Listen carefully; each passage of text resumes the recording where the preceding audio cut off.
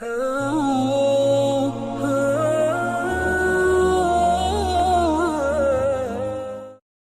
alaikum wa rahmatullahi wa barakatuhu. I hope you're all well. We had studied Surah Asr in detail, especially the principles which will save us from eternal loss. And I did a series of 6 lectures on it.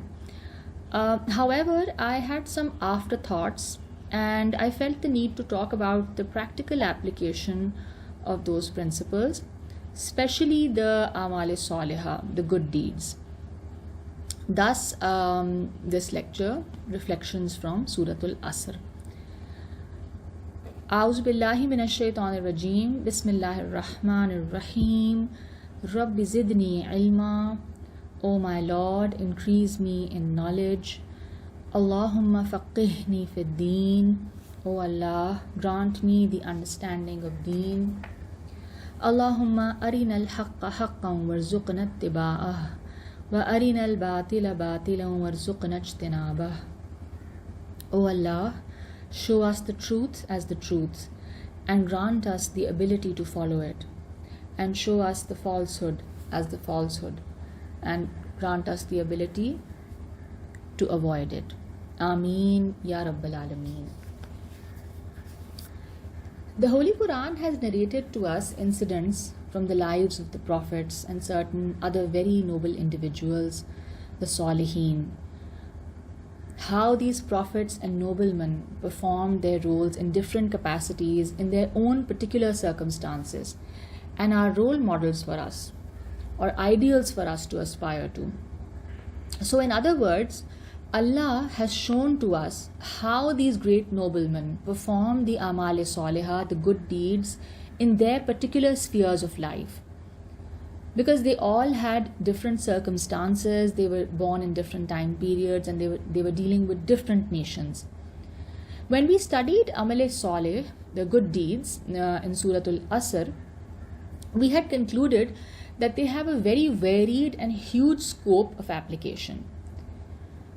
And Allah subhanahu wa ta'ala has left it up to us. He's left it open. It's an open field where it is for the individual to determine for himself how he can carry out good deeds in the particular circumstances that he has been given, or the particular abilities that he has been blessed with.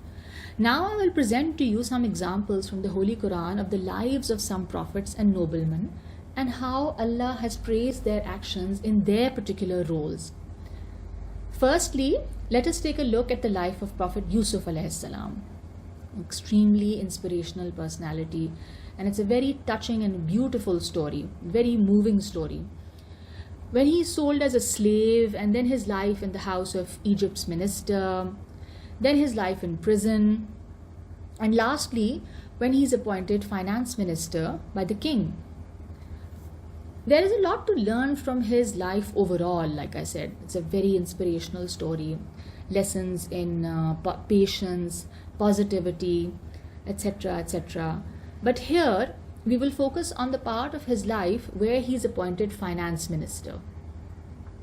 He introduced himself to the king that he has expertise and is also trustworthy and is deserving of this position. I'm quoting ayat number 55 from Surah Yusuf. قَالَ جَعَلْنِي عَلَى خَزَائِنِ الْأَرْضِ إِنِّي حَفِيظٌ عَلِيمٌ. Yusuf alayhi salam said, "Place in my charge the storehouses of the land. Indeed, I shall be a good and knowing, trustworthy keeper."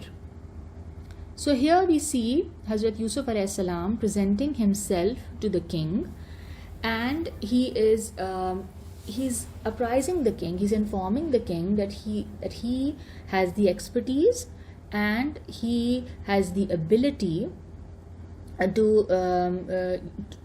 be in this position, and he is also trustworthy. So he is most deserving of this position. And as we know in the story, Hazrat Yusuf alayhi salam devised an ingenious strategy to preserve the crop for the predicted 7 years of famine. And through this brilliant strategy of his and his planning, Hazrat Yusuf alayhi salam not only benefited his own people, but also people of the neighboring areas. So this was benefiting society or humanity on a large scale. Allah has mentioned all of this as Amale Saleh, as praiseworthy acts, good deeds, whereby a person devises strategies and uses his expertise and knowledge to benefit mankind. Another example that we can get inspired from or learn from is the lives. If you look at the lives of Hazrat Dawood alayhi salam and then his son Hazrat Sulaiman alayhi salam, Allah blessed them with kingdom as well as prophethood. In Surah Sad, ayat number 39, Allah Ta'ala says, هَذَا أَتَاؤُنَا فَمْنٌ أَوْ أَمْسِكْ بِغَيْرِ حِسَابٍ. This is our gift, so grant or withhold without account. So here Allah Ta'ala is addressing these prophets, and He is telling them that this is a gift from me. This kingdom, this authority is a gift from me to you, and now I am not going to hold you to account. So you can do what you like with this authority and kingdom and all these resources. They are completely at your disposal. Do what you like with it. So this is the freedom of choice that is being given, but obviously it is coming with a certain responsibility. And as we are aware from their lives accounts, both these prophets used their power and resources for beneficial projects for their people. And in fact, Hazrat Sulaiman alayhi salam died while supervising the work of the Jannat.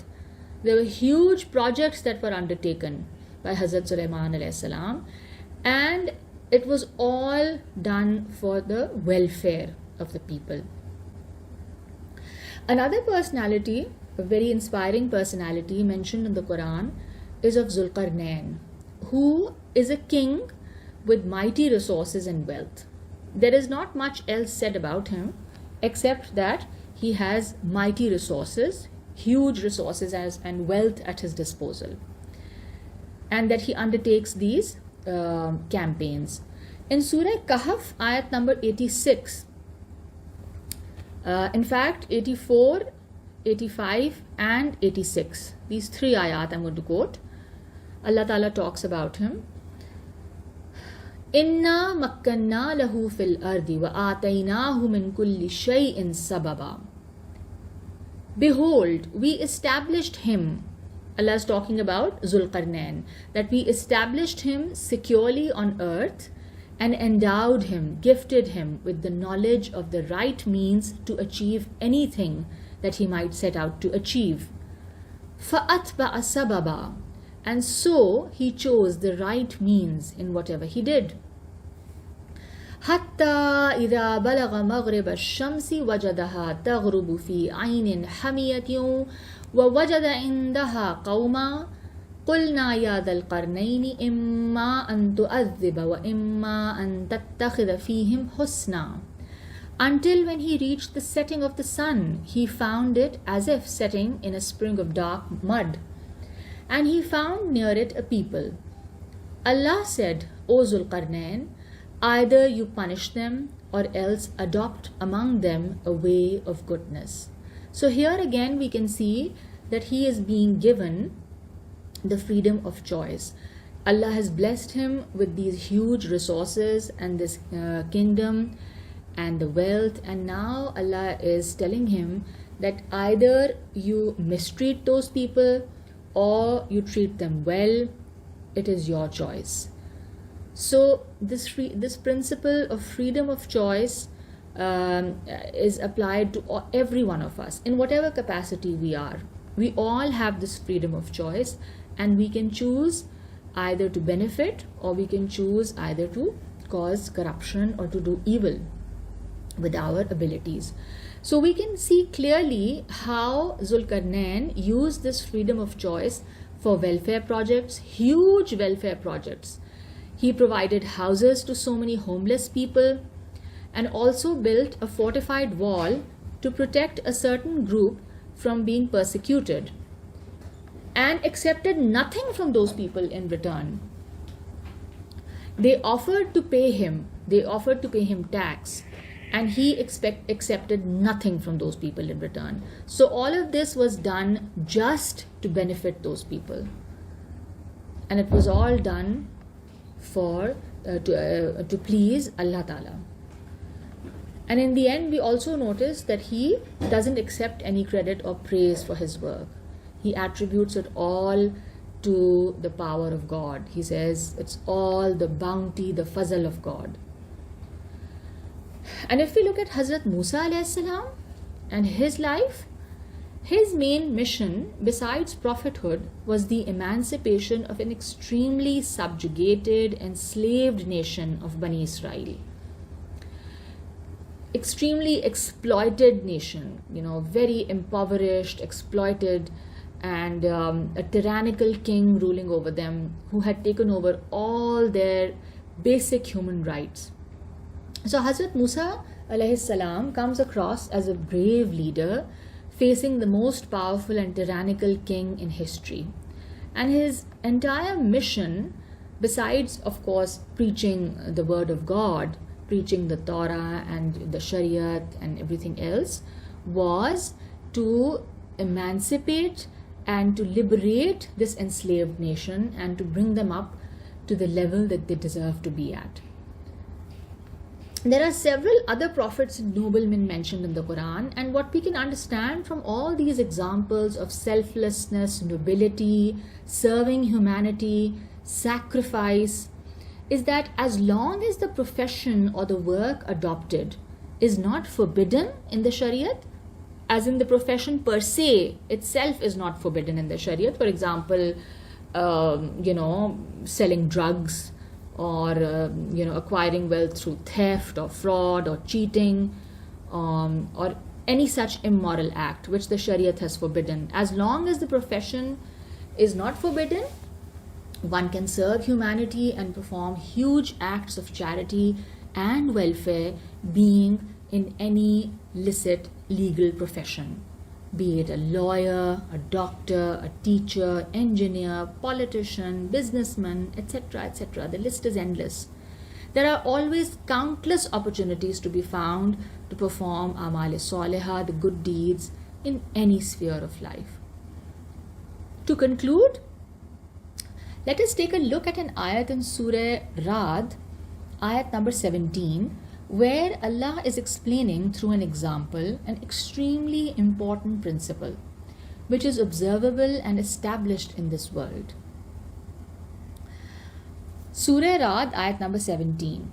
أنزل من السماء ماء فسألت أودية بقدرها فاحتمل السيل زبدا رابيا ومما يوقدون عليه في النار ابتغاء حلية أو متاع زبد مثله كذلك يضرب الله الحق والباطل فأما الزبد فيذهب جفاء وأما ما ينفع الناس فيمكث في الأرض كذلك يضرب الله الأمثال. He sends down from the sky, Allah sends down from the sky rain, and valleys flow according to their capacity, and the torrent carries a rising foam. And from that ore which they heat in the fire, that metal which is heated in the fire, desiring adornments and utensils. Metal is heated in the fire, and from that we are then able to craft or create jewelry or utensils, is a foam like it. The foam that comes out when the metal is burnt is similar to the foam that the water carries. Thus Allah presents the example of truth and falsehood. As for the foam, it vanishes, being cast off, but as for that which benefits the people, it remains on the earth. Thus does Allah present examples. So here Allah subhanahu wa ta'ala is explaining an extremely important and observable and established principle of this worldly life.